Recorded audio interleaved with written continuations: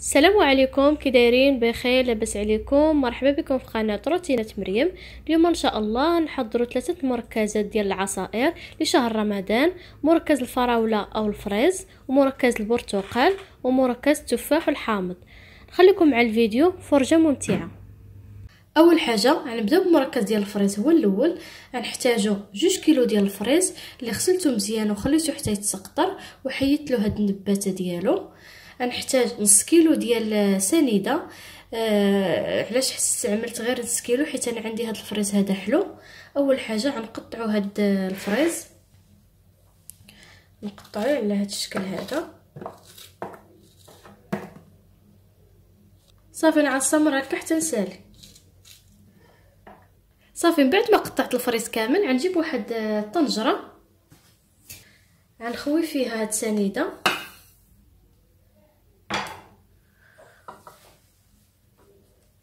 نكب هاد الفريز هذا،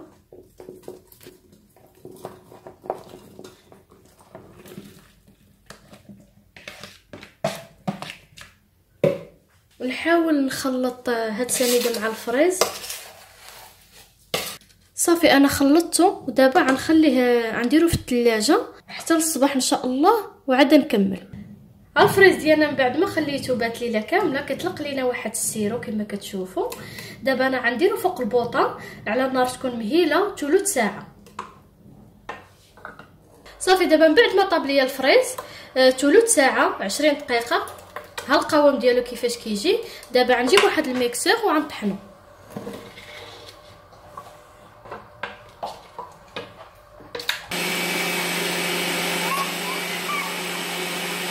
صافي من بعد ما طحنت مركز الفريز مباشره نديروه في القرعه اللي غنديروها في الثلاجه وكيكون عندنا موجود.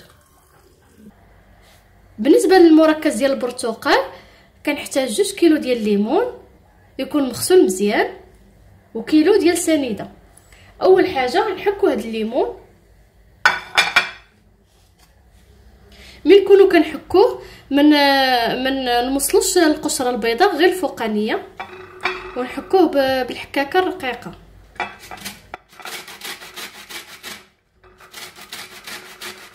صافي غير هذيك الفوقانيه ما نوصلوش للبيضه.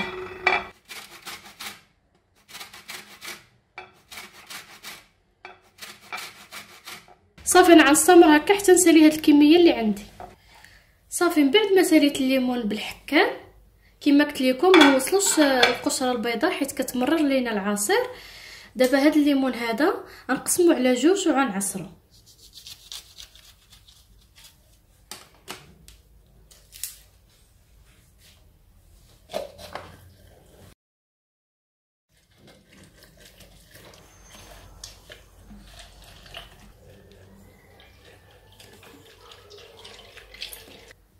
صافي من بعد ما عصرت الليمون ديالي كامل، هذه هي الكميه اللي خرجت ليا. دابا نجيب واحد الاناء غنخوي فيه سنيده، كيلو ديال سنيده، وهاد الليمون اللي حكينا. كنأكد اننا ما نوصلوش القشره البيضاء حيت غتمرر لينا هاد العصير هذا.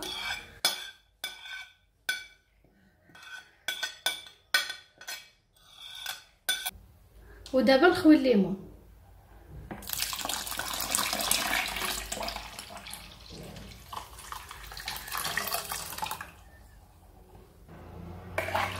دابا نحركوا هاد المكونات هذه.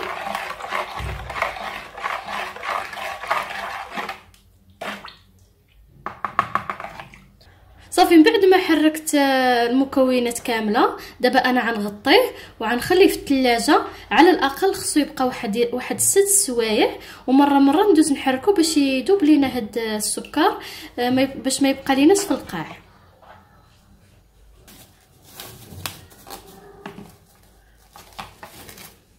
صافي دابا انا نديرو في الثلاجه ومره نحركو. المركز الليمون بعد ما خرجته من الثلاجه كنت مره كندوز نحركو. صافي راه داب ليا السكر اللي فيه. دابا غنصفيه، نجيب واحد الاناء، صافي مباشره نصفيوه.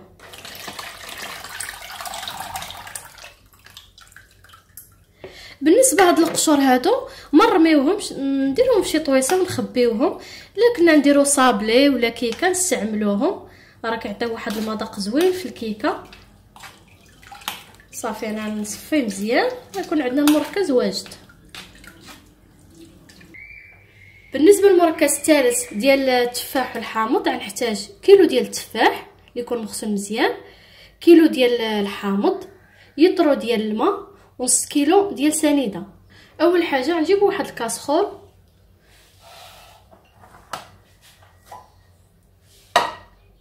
غنخوي فيها هذا الماء،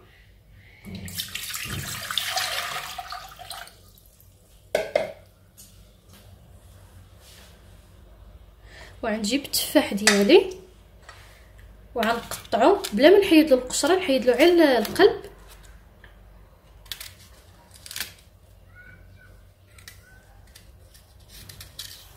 غير بحال هكا صافي نقطعو على هذا الشكل.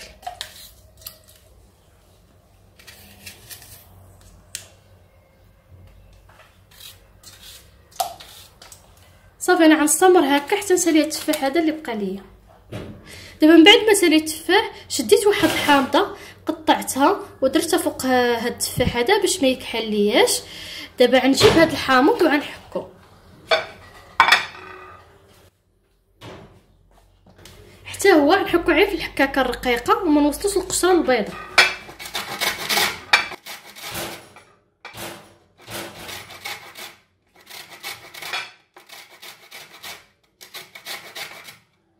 صافي من بعد ما حكيت الليمون ديالي كامل غنزيدو على هاد التفاح هذا وغنخليه يطيب ل5 دقائق. كما قلت لكم ما نفوتوش 5 دقائق. بالنسبه لهاد الحامض حتى هو غنقطعو غنعصرو، نحيدو ليه هاد العظومه هادو.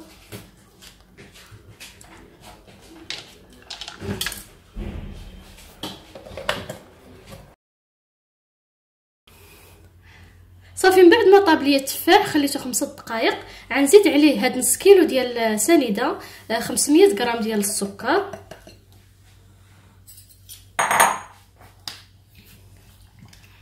صافي نخلط هاد المكونات.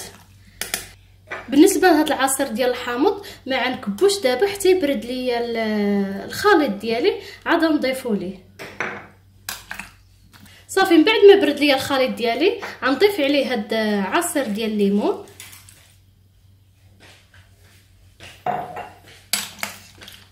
دابا نجيب واحد الميكسور وغنطحنو.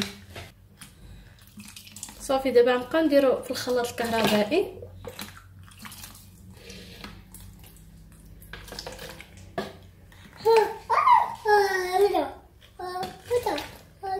ريان صايب ولدي عصير واخا، صايب ولدي عصير واخا ماما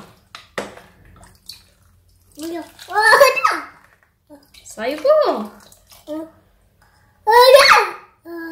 واخا.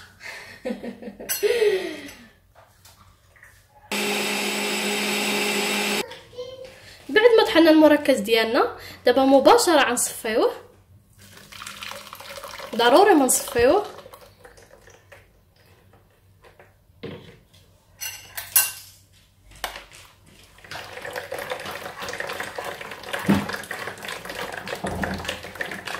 صافي انا غنستمر هكا حتى نسالي الكميه اللي بقات ليا وكيكون عندنا المركز ديالنا واجد.